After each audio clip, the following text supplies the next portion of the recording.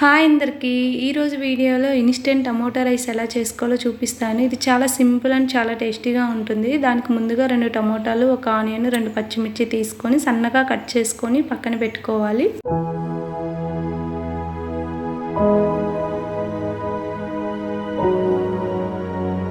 తర్వాత gas on చేసుకొని ఒక ప్యాన్ పెట్టుకొని దాంట్లో కొంచెం ఆయిల్ యాడ్ చేసుకోవాలి. అందులో నేను జీడిపప్పు వేసుకున్నాను, ఫ్రై చేసుకొని పక్కన పెట్టుకున్నాను. మీరు ఆయిల్కి బదులుగా గీ కూడా యాడ్ చేసుకోవచ్చు.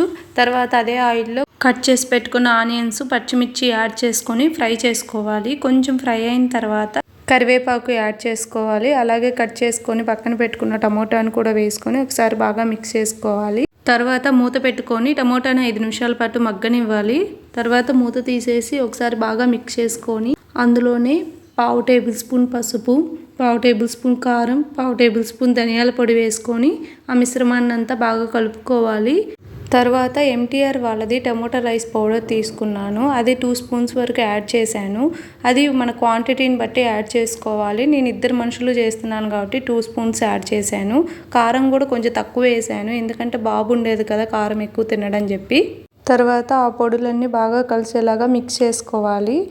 ఇప్పుడు పొడి వేసాం కదా, అందువల్ల కొంచెం డ్రై అయిపోతుంది. అందులోనే కొంచెం వాటర్ యాడ్ చేస్తే గ్రేవీ లాగా వస్తుంది. మనకి రైస్లో కూడా కలుపుకోవడానికి బాగుంటుంది. అందులోనే ఫ్రై చేసిన జీడిపప్పుని, ముందుగా వండి పక్కన పెట్టుకున్న రైస్ని 2 కప్స్ యాడ్ చేశాను.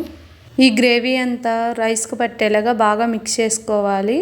తర్వాత నేను 1 టేబుల్ స్పూన్ వరకు సాల్ట్ యాడ్ చేశాను. నేను ముందు గ్రేవీలో వేయలేదు, ఎందుకంటే రైస్ యాడ్ చేసిన తర్వాత చూసి వేసుకోవచ్చు అని చెప్పి. రైస్ వేసిన తర్వాత 1 టేబుల్ స్పూన్ వరకు యాడ్ చేసి బాగా మిక్స్ చేసుకున్నాను. తర్వాత 1 మినిట్ పాటు మూత పెట్టుకున్నాను, ఎందుకంటే సాల్ట్ యాడ్ చేశాను కదా, అది కరిగి రైస్కి బాగా పట్టాలని చెప్పేసి. అంతే అండి, వేడివేడిగా టమోటా రైస్ అయితే రెడీ అయిపోయింది. మీకు కానీ ఈ వీడియో నచ్చినట్లయితే లైక్ చేసి, షేర్ చేసి, సబ్స్క్రైబ్ చేయండి. Thank you for watching.